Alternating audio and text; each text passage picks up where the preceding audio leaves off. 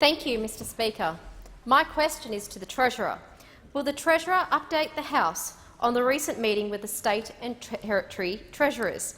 How is the Turnbull coalition government working cooperatively with those who are genuinely committed to growing Australia's economy?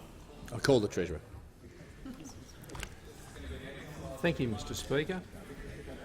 The government is interested, and we are working collaboratively with all those who want to grow our economy and support jobs growth in the economy. That's what we're doing. We're working with everyone who has got an investment in that, got a share in that, and got a commitment to achieving that goal, Mr Speaker. And that's what we're seeing the Australian people respond to, with confidence, both in business confidence and consumer confidence and more general confidence in the government, because they want to see the government continue to work with those who want to grow our economy and grow jobs. And the government is establishing a strong platform, as we have over the last few years and going forward, Mr Speaker, to establish a strong platform to grow our economy and to grow jobs.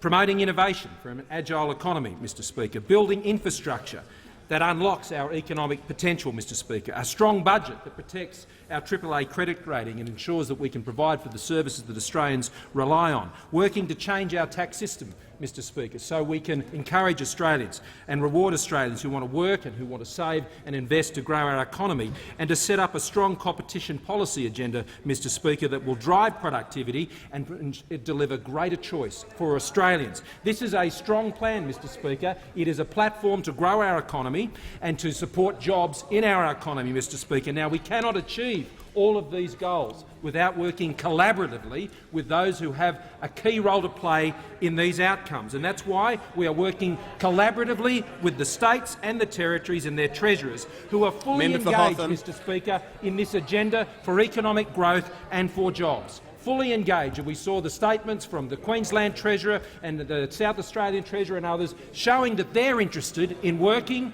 with the Australian government to grow jobs and to grow the economy. Now, those opposite, Mr Speaker, have the opportunity to get on board with this collaborative approach, to actually be part of the plan to ensure that we can have a strong economy and we can grow jobs in this country. But at the moment, Mr Speaker, they are sadly being left behind. They are being left behind with their very small and negative approach on the government's agenda, as they continue to frustrate the initiatives that we know are necessary to support our economy and to support jobs. And we saw last week, Mr Speaker, them take a very diminished view.